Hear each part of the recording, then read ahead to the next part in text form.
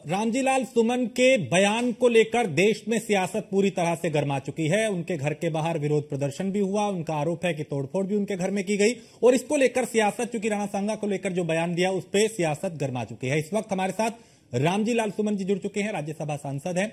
रामजीलाल जी, जो आपने संसद में बयान दिया जिसपे खूब विवाद भी हो रहा है, सियासत भी हो रही है, मैं जानना चाहता हूं आखिर ये बयान देने की मंशा क्या थी, आपका मकसद क्या था, ये क्यों बयान आपको देना पड़ा? देखिए, सबसे बड़ा सवाल ये है कि देश की राजनीति में जो बड़े मुद्दे हैं, जो अतीत है, उनको उखाड़ने का काम ये भारतीय जनता पार्टी उसके सहमना संगठन करते रहे। आपको मालूम है कि हमारे देश में संसद ने एक कानून बनाया कि 1991 में ये कानून बना था कि 1947 से पहले जहाँ मंदिर था मंदिर रहेगा, जहाँ मस्जिद थी मस्जिद रहेगी। इस सब के बावजूद भी, संसद के बनाए हुए कानून के बावजूद भी, ये हर जगह मंदिर और मस्जिद का विवाद पैदा कर रहे हैं। उत्तर प्रदेश के एक पूर्व विधायक ने कहा कि साहब, हम तो कानून का इंतजार कर रहे हैं, वरना हमने तो जिस तरह बाबरी मस्जिद को शहीद कर दिया, काशी और मथुरा में भी विध्वंस करके मंदिर बनवा देंगे। कुल मिलाकर के कहीं न कहीं लाभ दिखाई देता है। और इस प्रकार के जो बयान होते हैं भारतीय जनता पार्टी उसके सहमना संगठनों द्वारा दिए जाते हैं, तो किसी जिम्मेदार आदमी ने आज तक इसका प्रतिवाद नहीं किया। और सबसे बड़ा सवाल ये चाहते हैं समाज में तनाव पैदा रहे। जो दबे पिछड़े लोग हैं, कुचले लोग हैं, पिछड़े हैं, अल्पसंख्यक हैं, वो दहशत में रहे। जहां तक मेरे बयान का सवाल है, राज्यसभा में गृह मंत्रालय के कामकाज पर बहस हो रही थी। मैंने एक ही निवेदन किया कि साहब, ये पर्याप्त साक्ष्य है कि राणा सांगा बाबर को लेके आए थे इब्राहिम लोधी को हराने के लिए। मेरा मकसद किसी की धार्मिक भावनाओं को ठेस पहुंचाने का नहीं था, और वो भी उपसभापति ने उसे राज्यसभा के वृतांत से निकाल दिया था। नहीं तो क्या राणा सांगा पे समाजवादी पार्टी क्या कंफ्यूज हो गई है क्या? और जो आपने कहा, क्या उसका साक्ष्य है आपके पास? निश्चित रूप से उसका साक्ष्य एक जगह नहीं, कई जगह उसका साक्ष्य है। जहां तक मुझे ख्याल है, डिस्कवरी ऑफ इंडिया में भी उसका जिक्र है, बाबरनामे में उसका जिक्र है। कई इतिहासकारों ने उसके संबंध में कहा है कि बाबर को आमंत्रित किया राणा सांगा ने इब्राहिम लोधी को हराने के लिए। तो क्या जो बीजेपी 80-20 का जो पूरे देश में इस वक्त एक नैरेटिव सेट कर रही है, जो विपक्ष कहता है कि बीजेपी ऐसा कर रही है, क्या ये उसका रिएक्शन है? मुझे रिएक्शन नहीं मालूम। जहां तक बीजेपी का सवाल है, बीजेपी जानबूझ करके हमारे जनजीवन से जुड़े हुए जो मुद्दे हैं, भूख है, प्यास है, आरक्षण है, निजीकरण है, इस देश में बेबसी और लाचारी है, किसानों की समस्या है, इसको नजरअंदाज करके भारतीय जनता पार्टी हिंदू मुसलमान और समाज में तमाम पैदा करने की कोशिश करती है, जिसकी वजह से जो देश के बुनियादी सवाल हैं उसको देश की जनता भूल जाए। अखिलेश यादव ने कहा कि आप पे हमला दलितों पे हमला है, तो क्या, और कुछ राजनीतिक पंडित ये कह रहे हैं कि साहब अखिलेश यादव पीडीए का कार्ड खेल रहे हैं? नहीं, अखिलेश यादव पीडीए कार्ड सही खेल रहे हैं। इस देश में जो पिछड़े लोग हैं, देखिए, एक लंबे समय से मांग है कि जातिगत जनगणना हमारे देश में होनी चाहिए। अल्पसंख्यक दहशत में, दलितों पर रोज अत्याचार होते हैं, उनकी शादियां रोकी जाती है, बारात रोकी जाती है, उनकी माँ बहनों की इज्जत को लूटा जाता है। तो उत्तर प्रदेश में खासतौर से जो पीडीए के लोग हैं, दबे हुए लोग हैं, पिछड़े लोग हैं, वो बीजेपी के टारगेट पर है, निशाने पर है, और हमारे घर पर हमला उसी का एक अंग है।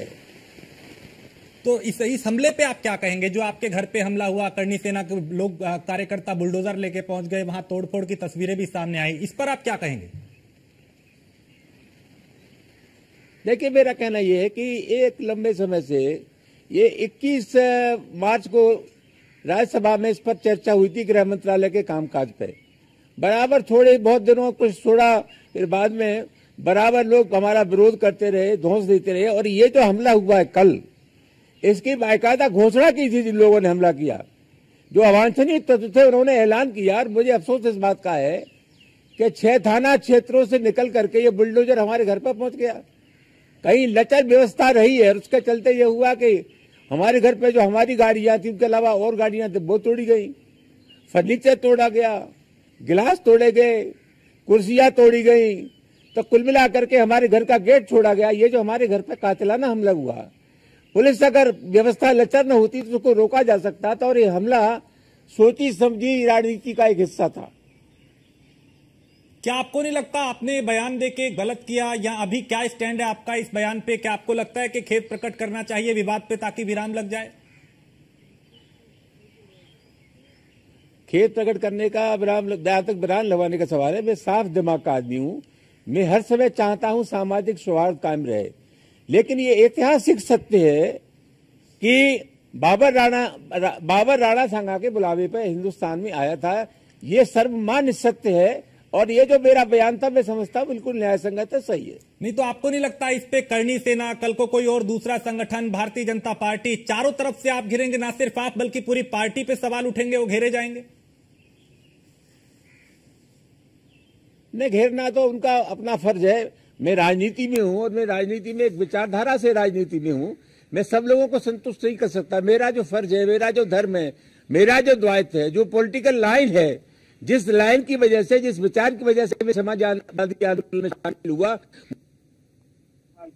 अकलियत के सवाल पर मैं अपनी बात कहता रहूंगा। लेकिन मैं ये कैसे कर सकता हूँ कि जो लोग मेरी राय से इत्तेफाक नहीं करते वो मेरा विरोध कर सकते हैं, उनकी बुद्धि के लिए मैं प्रार्थना ही कर सकता हूँ।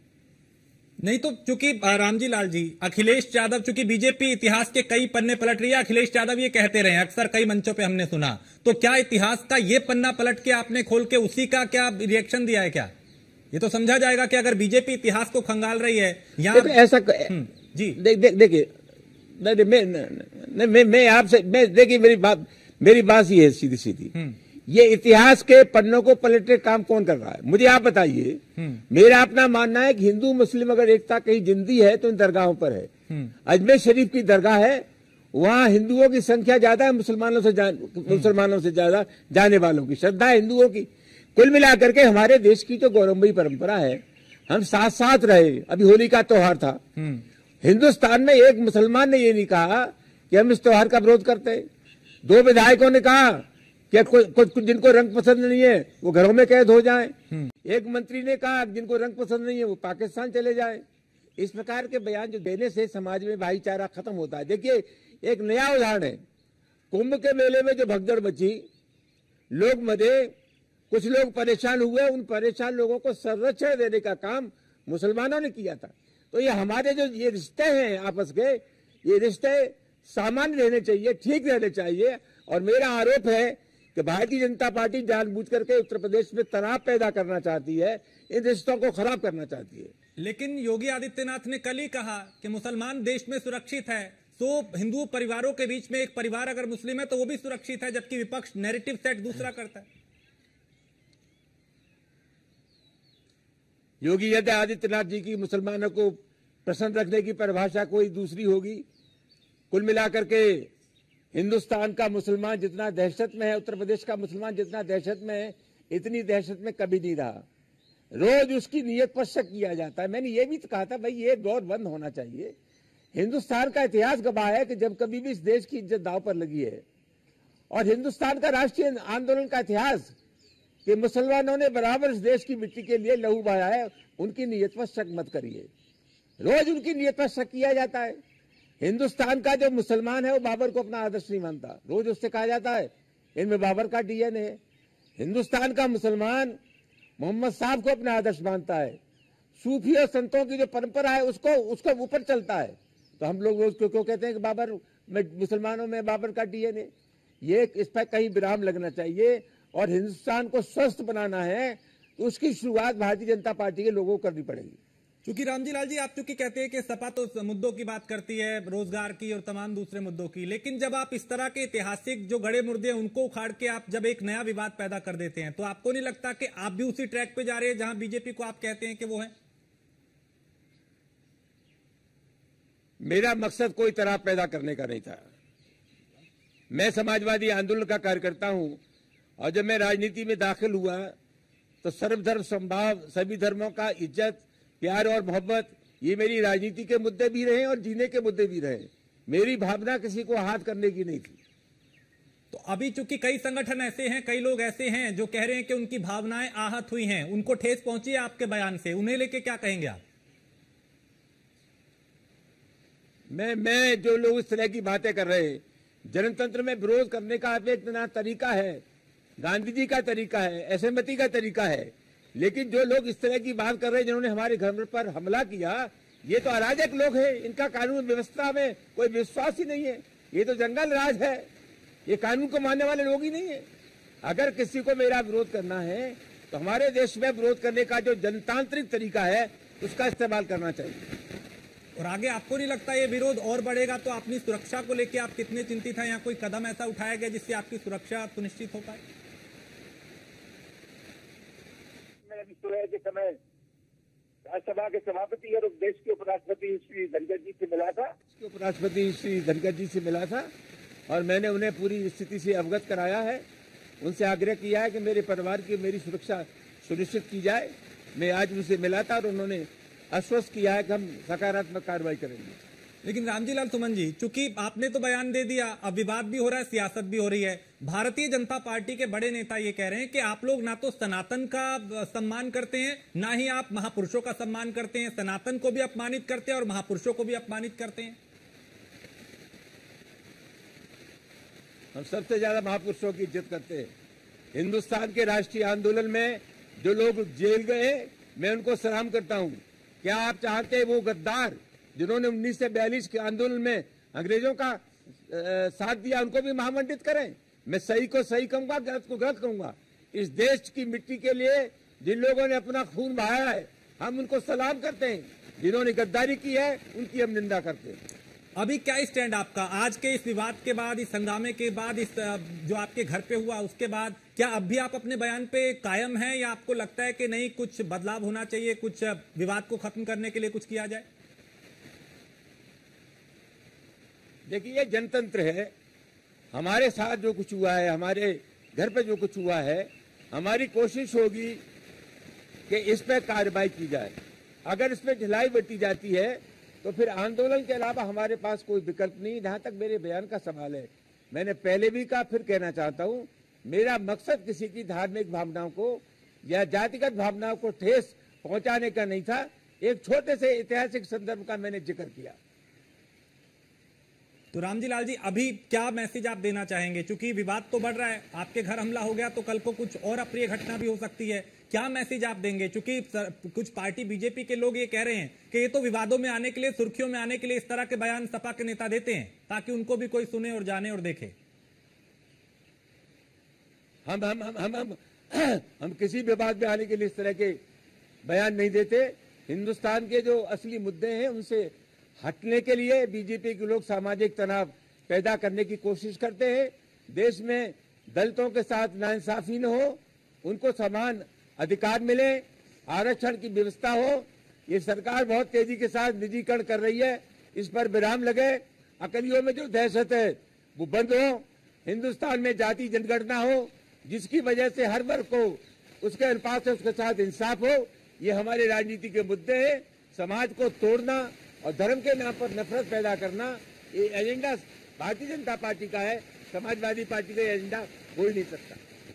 लेकिन जो आपने कहा, चूंकि इसी को आधार बना के तो अब आपको घेरा जा रहा है, तो आपको नहीं लगता कि भाई आपने एक मौका दे दिया सामने वाली पार्टी को कि भाई पहले ही आप लोगों के पास मुद्दों की बात करते तो मुद्दों की बात होती, लेकिन अब ये बोल के आपको नहीं लगता समाजवादी पार्टी एक तो कंफ्यूज है राणा सांगा के नाम पे, दूसरा ये कि अब डिफेंड कैसे करें क्योंकि चारों तरफ से हमला हो रहा है? हमारा कोई कंफ्यूजन नहीं है। हमारा कोई कंफ्यूजन नहीं है। इस देश की मिट्टी के लिए जो लोग लड़े हैं, हम सबको सलाम करते हैं। देखिए, महाराणा प्रताप का जो कैरेक्टर है उसका दो रूप है। महाराणा प्रताप ने बुलाया बाबर को, राणा सांगा इब्राहिम लोधी को हराने के लिए, और तय हुआ था कि इब्राहिम लोधी पर बाबर हमला करेगा और राणा सांगा आगरा पर हमला करेंगे।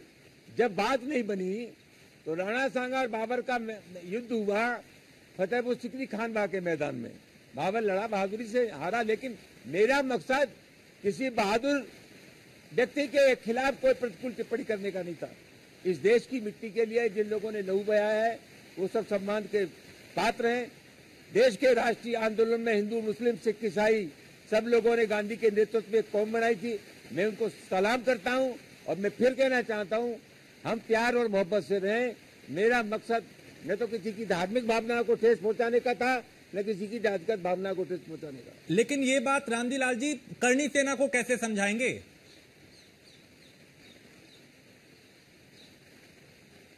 कौन सी सेना? मैं तो 3 सेनाओं को जानता हूं, थल सेना, वायु सेना और जल सेना। जो आपके घर पे पहुंचे थे, जो आपको भेज दीजिए आप। हाँ।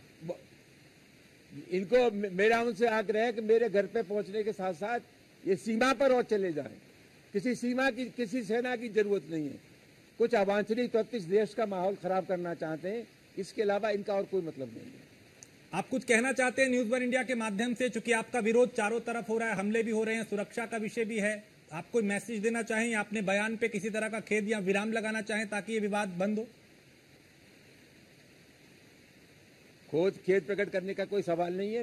मेरा जैसे मैंने पहले आपसे कहा, मैं चाहता हूं सौहार्द कायम रहे, हम लोग प्यार और मोहब्बत से रहें, एक दूसरे की भावनाओं को कदर करें, यही मेरा मकसद है। मैंने सदैव इसी तरह की राजनीति की है और फिर आपसे कहना चाहता हूं, हमारा मकसद किसी की भावनाओं को ठेस पहुंचाने का नहीं था। आगे आपकी क्या रणनीति रहेगी? अब आगे अभी हमारे घर पे, मैं आगरा में, मैं दिल्ली में हूं। अभी यार राज्यसभा की कार्यवाही हुई थी, हमारी पार्टी के लोगों की बात नहीं सुनी गई, तो राज्यसभा से पूरे प्रतिपक्ष ने बहिष्कार किया है। ये जनतंत्र है। अभी मेरे निवास पे आगरा में प्रोफेसर रामगोपाल यादव और शिवपाल जी पहुंच रहे हैं। हाँ। ये जनतंत्र है। पार्टी जो फैसला करेगी उसी के हिसाब से हम आगे की कार्रवाई करेंगे। और चूंकि रामगोपाल जी ने भी ये कहा कि भाई ये दलितों पे हमला है, अखिलेश ने भी ये कहा कि दलितों पे हमला है, लेकिन आप तो चूंकि एक नेता है, आपका ये बयान है, उस बयान पे विवाद है, इसको पूरे दलित समाज के साथ जोड़ के क्या आप पीडीए विक्टिम कार्ड खेल रहे हैं? नहीं, कोई कार्ड हम नहीं खेल रहे हैं। ये एक मानसिकता है हिंदुस्तान में जो दलितों के खिलाफ है, पिछड़ों के खिलाफ है, अकालियों के खिलाफ है। एक मानसिकता का दूसरी मानसिकता पर हमला है।